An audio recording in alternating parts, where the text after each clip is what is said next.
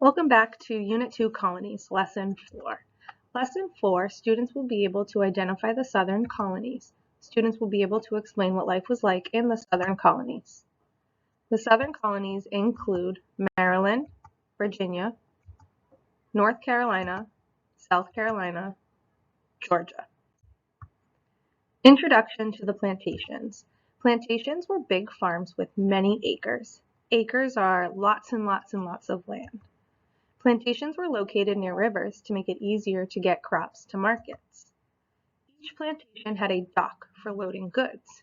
A dock is like a very short bridge in the water that allows easy access to boats. Crops were shipped to other colonies up north, and some were even shipped overseas to other countries. Plantations grew cash crops. Now remember, cash crops are crops that are grown specifically for money. They grew tobacco, cotton, and indigo. Indigo is a plant of the pea family, and they used it for blue dye. The plantations never grew crops for their personal use. It was only for selling to make money. Plantations needed a lot of workers to keep it going because they were huge. They had many acres. Now, the owners of plantations used hundreds of enslaved people and indentured servants to work the fields. Remember that an indentured servant are people who were given a passage to the colonies if they promised to work for several years to pay their way there. Sadly, enslaved people were never promised freedom, but indentured servants, once they spent enough of their time working for a plantation, they were allowed freedom. They were given their freedom. They were just there to make way for them to be in the new colonies. But enslaved people, they worked hard from sun up to sundown. Plantations continued. Enslaved people had people watching over them while they were working. The plantation owners were afraid that they would try to escape or leave with their family members. They were treated so cruelly. They received very little rest. They would work from sun up to sundown. That's a long day with very little breaks and very little food at that.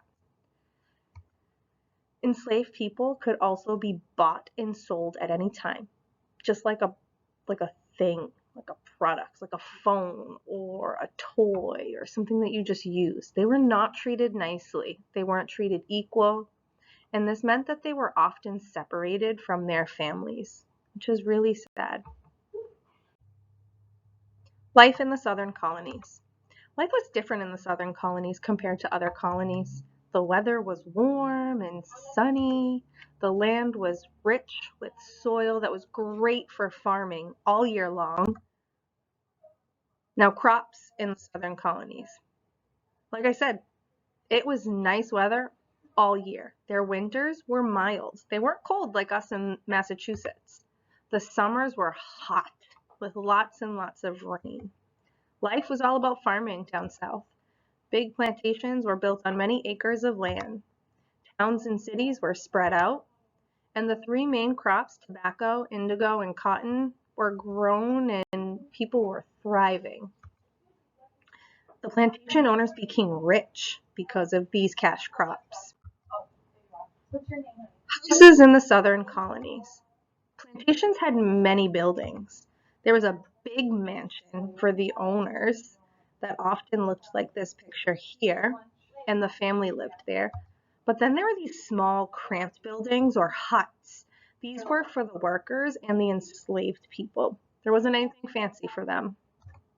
There were also barns where they had the livestock and other animals housed.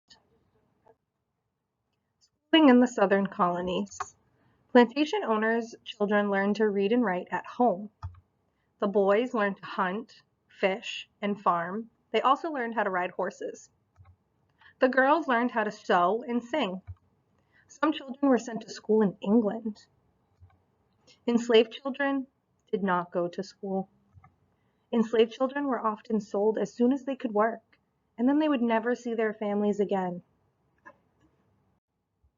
Resources and economy. The southern colonies had lots of natural resources. The area was filled with rivers and lakes, and this water meant that there was lots of fish for them. Other natural resources included timber for building their homes and furniture and other things that they could build. And they also had very rich soil. This rich soil, along with their great weather, was amazing for them to allow the plantation owners to do well financially because they were able to grow crops all year long. The growing and the selling of crops allowed the economy to thrive. That is the end of the lesson, and now you're going to head on over to the bin for the activity lesson, part 4, where you have a brochure that you're going to complete. This is different than all of the other activities you've completed. You're going to fill out the front and back of this brochure, and then you're going to fold it up. When you fold it, you're going to make sure that you first cut out the edges so everything is nice and even. And then you're going to very carefully fold it so that you have on the very front of it the south. If you need any help, let me know. When you're done with that, your checkpoint is going to look a little different than the first few checkpoints you've had. It's going to look like an activity. This checkpoint is just to see if you understood the climate and weather in the region, the people that lived there, the natural resources, the name of the colonies. You can draw and label the 3 crops grown and then explain what a cash crop is. At this point, you should know what a cash crop is based off of our past 3 lessons. And then you can give a quick description of the houses that we talked about.